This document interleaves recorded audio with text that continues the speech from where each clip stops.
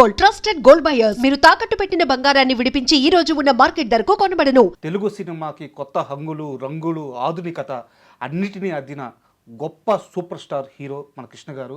అయితే ఆయన ప్రయాణం కేవలం సినిమాల వరకే పరిమితం కాదు. సమాజంలో తనకు నచ్చిన ప్రతి అంశాన్ని అంతే నిక్కచ్చిగా గొంతు ఎత్తి ప్రశ్నించిన మహోన్నత వ్యక్తి ఆయన. సో ధైర్యానికి, సాహసానికి ఆయన కేర్ ఆఫ్. సో అలాంటి గొప్ప వ్యక్తి జయంతి సందర్భంగా ఈరోజు వారి గురించి మనకు తెలియజేయడానికి వారితో పాటు కలిసి పనిచేసిన సీనియర్ కో డైరెక్టర్ కనగల జయకుమార్ గారు మనతో ఉన్నారు. వారిని అడిగి కృష్ణ గారి గురించి కొన్ని మంచి విషయాలు తెలుసుకుందాం. హాయ్ సార్, నమస్తే. నమస్తే సార్.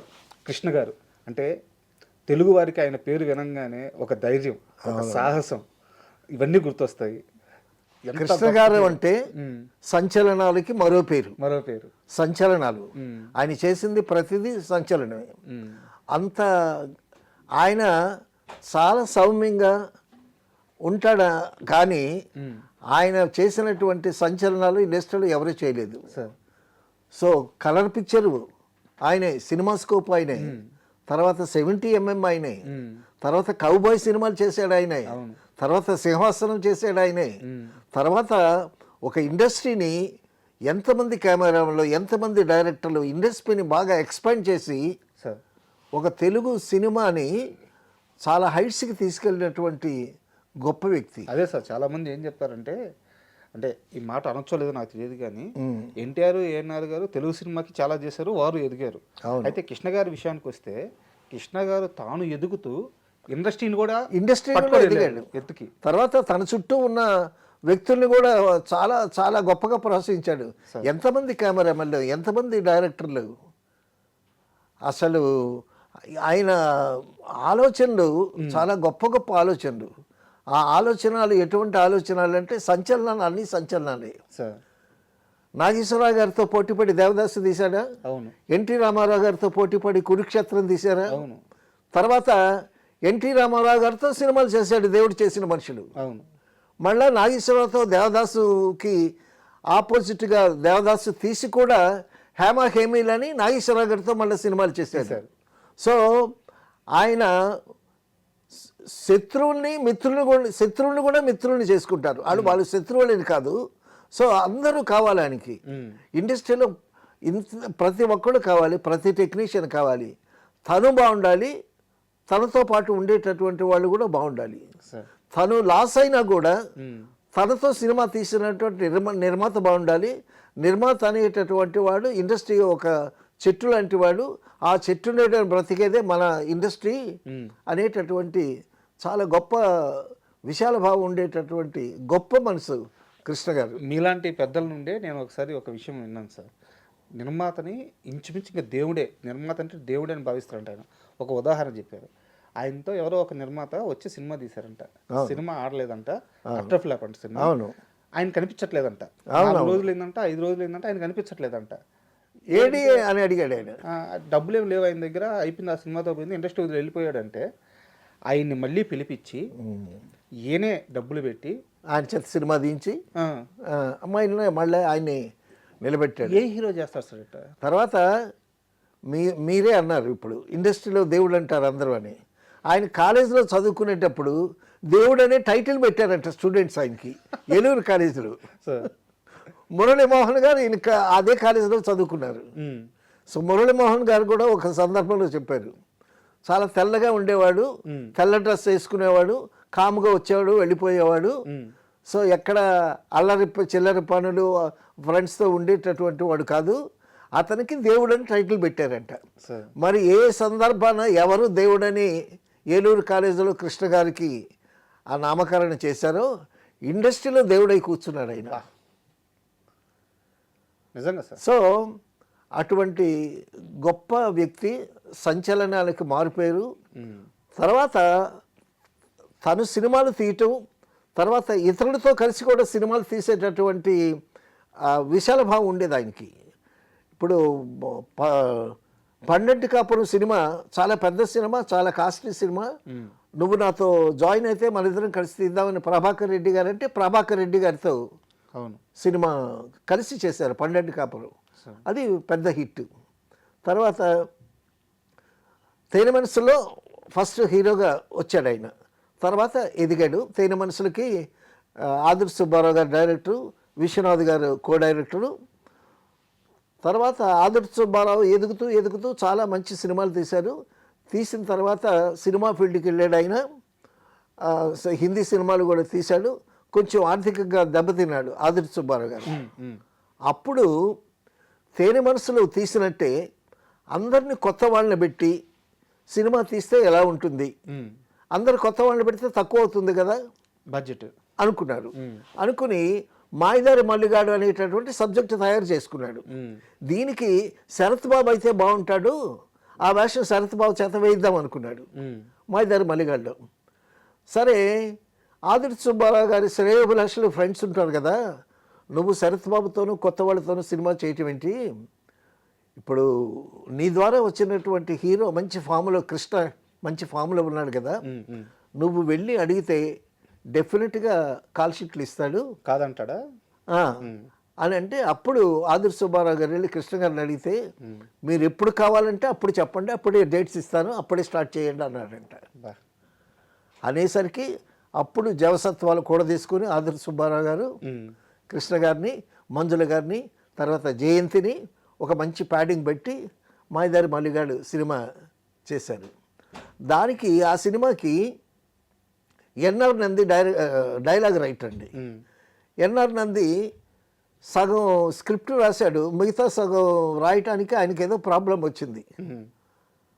ఆయన అటెండ్ కాల, సమయానికి స్క్రిప్ట్ ఇవ్వలేకపోయాడు.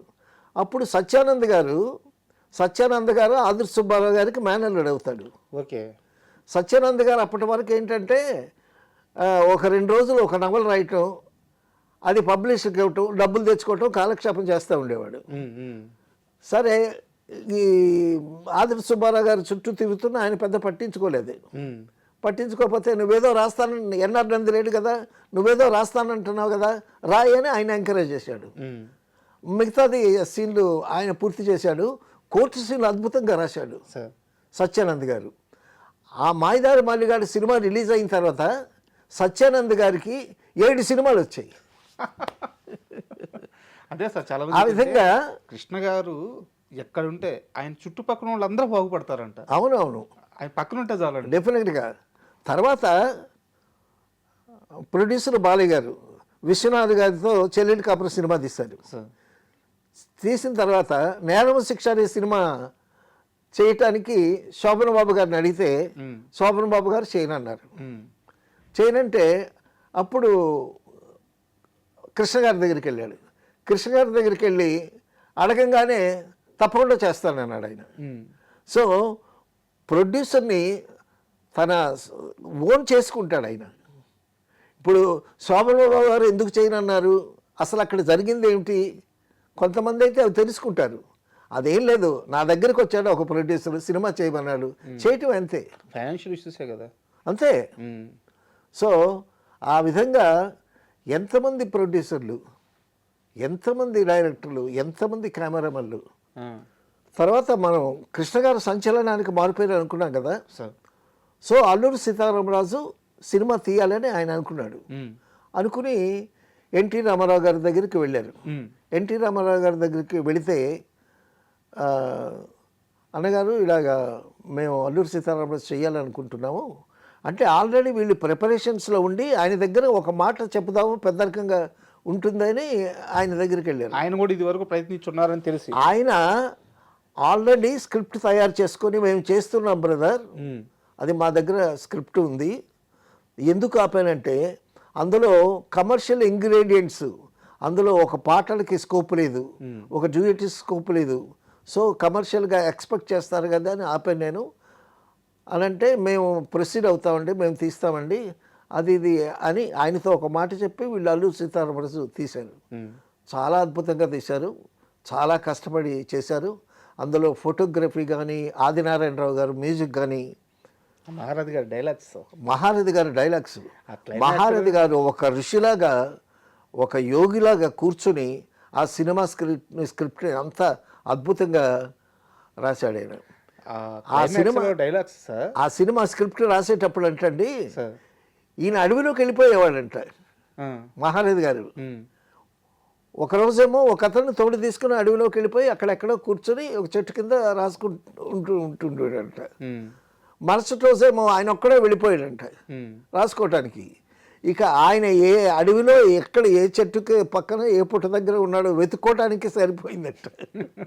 అంటే అలాగా అంత కష్టపడ్డారు కాబట్టి ఆ క్లైమాక్స్ డైలాగ్స్ సార్ కృష్ణ గారు అంటే నెక్స్ట్ జనరేషన్ కూడా నా నెక్స్ట్ జనరేషన్ కూడా అవునవును చిన్న చిన్న పిల్లలు అవును అల్లూరి సీతారాం డైలాగులు చెప్తున్నారు. అవునవునవును వాళ్ళు ఆ సినిమా చూస్తున్నారు. అవును అంటే ఆ సినిమా పాతబడిపోవట్లేదు, కృష్ణ గారి నటన పాతపడట్లేదు. అవునవును ఎప్పటికీ అజరంబరంగా ఆ సినిమా అలాగే నిలబడి. తర్వాత ఆ గెటప్ అల్లూరి సీతారామరాజు గెటప్ మనం అల్లూరి సీతారామరాజు చూడలేదు కానీ ఆ గెటప్ ఎంత బాగుంది. అవును.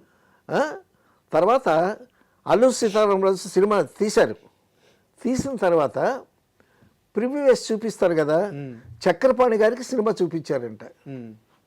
చక్రపాణి గారికి సినిమా చూసిన తర్వాత చక్రపాణి గారు ఏమీ reaction ఇవ్వలేదంట.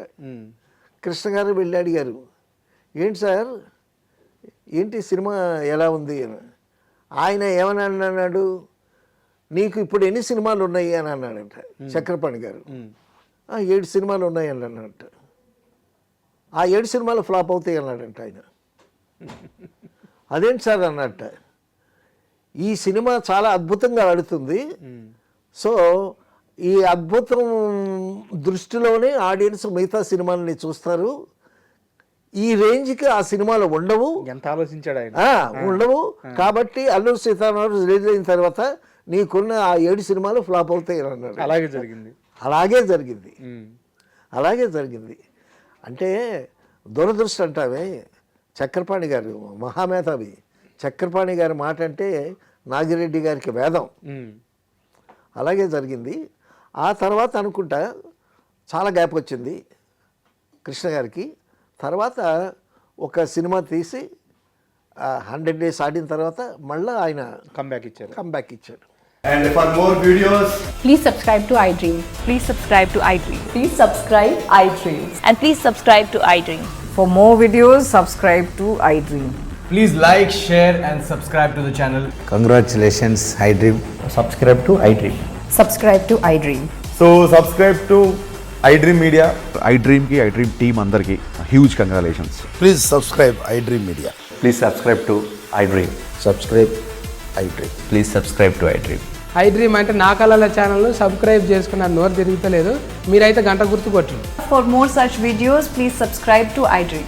Subscribe to iDream. Please subscribe to iDream. Please subscribe iDream Media. Please do subscribe to iDream. Please subscribe to iDream Media. For best entertainment and information, please subscribe iDream. And don't forget to subscribe to iDream.